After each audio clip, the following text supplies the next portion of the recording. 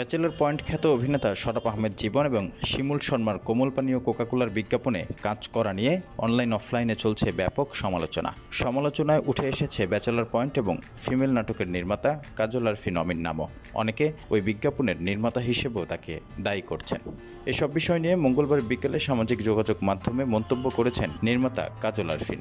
তিনি ফেসবুকে দিয়ে এক পোস্টে দাবি করেছেন বিজ্ঞাপনটিতে তার সঙ্গে নিয়মিত কাজ করা কয়েকজন শিল্পী কাজ করেছেন, তবে এর সঙ্গে তার কোনো যোগসূত্র নেই। দর্শকদের এ নিয়ে বিভ্রান্ত না হওয়ারও আহ্বান জানিয়েছেন তিনি।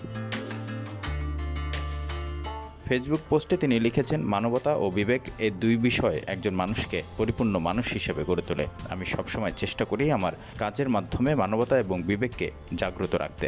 আমি সবসময় চেষ্টা করি সাধারণ মানুষের হয়ে কথা বলতে, সাধারণ মানুষের জীবনের ছোট ছোট বিষয় তুলে ধরতে আমার কাজের মাধ্যমে। তারই ধারাবাহিকতায় আমি বানিয়েছিলাম বিদেশ, কিডনি, দই, শেষমেশ এবং আপনাদের ভালোবাসায় আজকে আমি এখানে। আমি আবেগে আপ্লুত এবং কৃতজ্ঞ আপনাদের প্রতি।